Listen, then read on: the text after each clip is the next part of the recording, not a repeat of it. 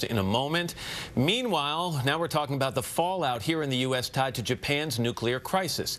The EPA says that traces of radiation have been found in milk samples from California and Washington state. So how concerned should you be?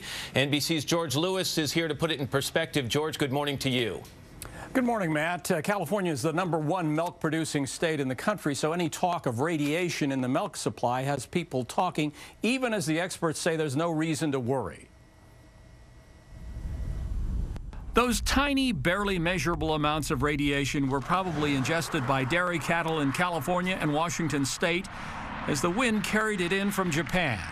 Minute amounts of iodine-131 were found in milk from California on March 28th and Washington state on March 25th. In layman's terms, the current amount of I-131 is really a speck of dust. So are we seeing anything new this morning? This EPA lab in Alabama has been keeping a close eye on radiation in the air, the water, and the milk supply.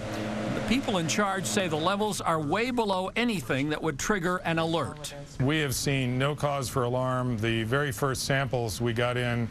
And it wasn't the EPA, but rather state officials who first detected radiation in the California milk supply.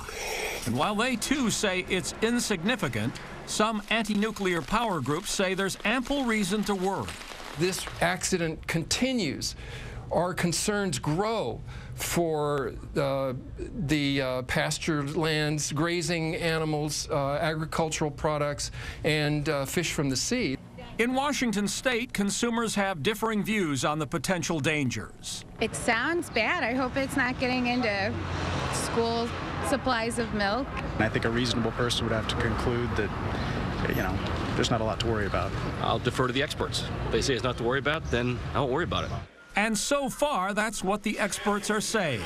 For parents out there, this is a speck of dust. You should not worry about it, and the worry itself will be far worse than the dust of radiation we're talking about. Bottom line, the experts say, once again, drinking milk is still perfectly safe. To your good health, Matt. And to yours, George.